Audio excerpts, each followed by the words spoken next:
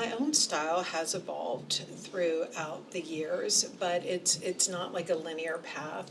It's like if I look back, there were times where I think, oh my God, I nailed that in sixth grade or in college or, my first year out in business.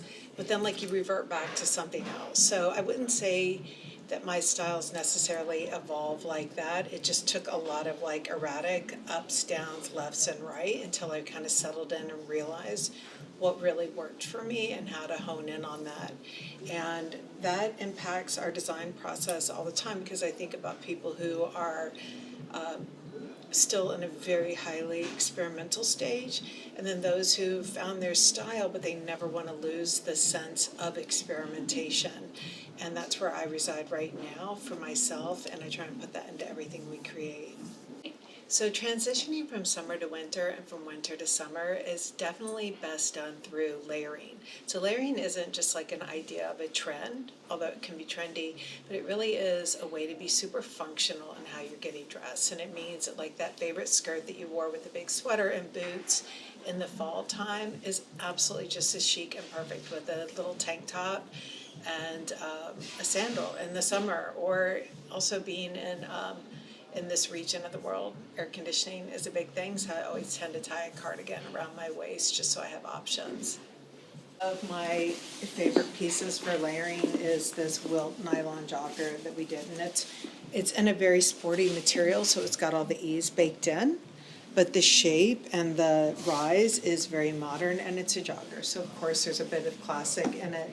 But what's great about a piece like this is when you look to layer, going with more neutral pieces, going with pieces that in the wintertime you can put a tight under this and kind of like a brogue or a higher boot. But in the summertime, it's just loose and airy with a flat sandal. So thinking about how much you can get underneath it and still be comfortable, and then how it's going to exist on its own. The other pieces that are critical for layering, even here in this skirt with the lace trim that is also in more of a sporty nylon, is that pieces that have texture, but not textures that are woolly and cling to the body, or textures that are so light that air just whips through them. So this little bit of texture means that when you wear it with a chunky knit, it's going to give it like a little bit of gravitas, but then if you wear it with something very light, like a little t-shirt, it also has depth and range, so you never feel too basic when you're wearing it. A lot of people think about layering just in terms of pure basics, but something very basic can be very average, and if you lean on average for layering, you're going to always feel like you've got a ton of averageness layered all over you, and that sucks. Another piece for layering is the cotton poplin hoodie that we did. And so, I mean, it might seem obvious that yes, you can just roll up the sleeves really high when it gets hot out.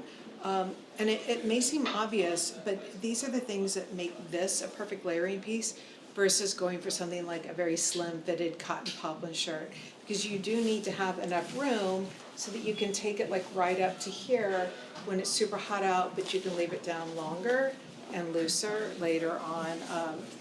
The hoodie just again gives it the attitude. So when I said that when you are looking to layer, you don't want to go with pieces that have like such a firm point of view that they don't give you options, but you do want to have enough of a point of view that you feel interesting every time you wear it.